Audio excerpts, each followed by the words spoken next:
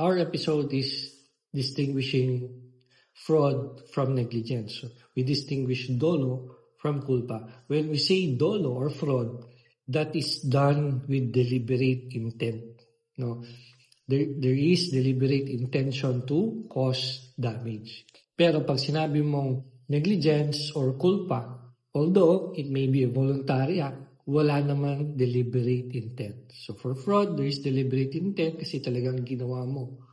No? Yung negligence naman, nagawa mo or hindi mo nagawa, no? Pero walang intent. Okay?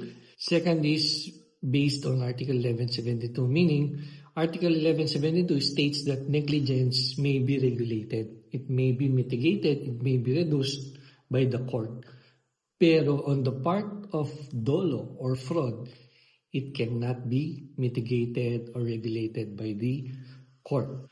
The third and last difference between dolo and culpa is waiver of future fraud is void. Yun yung na-discuss natin nung previous episode na waiver of any action for future fraud is void. No? You cannot execute a waiver of action now stating that any fraud that I may commit, no, in the future is void. Okay? But on the part of culpa or negligence, it does not necessarily mean na void. No, there are circumstances na pwede siyang maging valid. So, an example.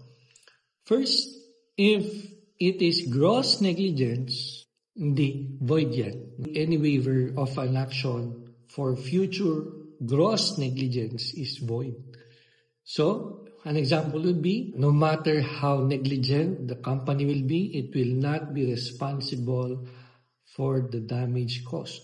That is void. Kasi nga, sinasabi mo, kahit anong form of negligence, hindi maging liable hindi maging responsible yung company. So that is void. Another example, when you limit the valuation of responsibility to a certain amount, no? Meaning, no matter how negligent the company will be, and regardless of the value of the goods or the damage caused, it will pay damages only up to 1,000 pesos.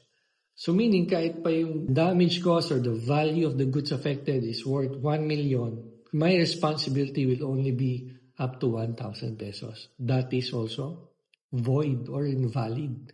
What is an example na pwedeng pumasok dun sa third na distinction with fraud? No? Ito yun. No matter how negligent the company will be, it will only be liable or responsible for an amount of up to 1,000 pesos.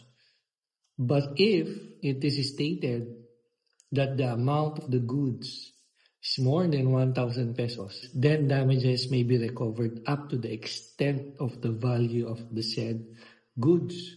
So if gano'n yung stipulation mo, pwede siya. At up to a certain extent, pwede siya. Kasi nga, sabi niya, hanggang 1,000 lang, pero kung yung amount exceeds 1,000, kung hanggang saang amount daw ng goods, pwede. So, at some point, it is allowable. So, yun yung third and last distinction with fraud. Okay? So, yun lang.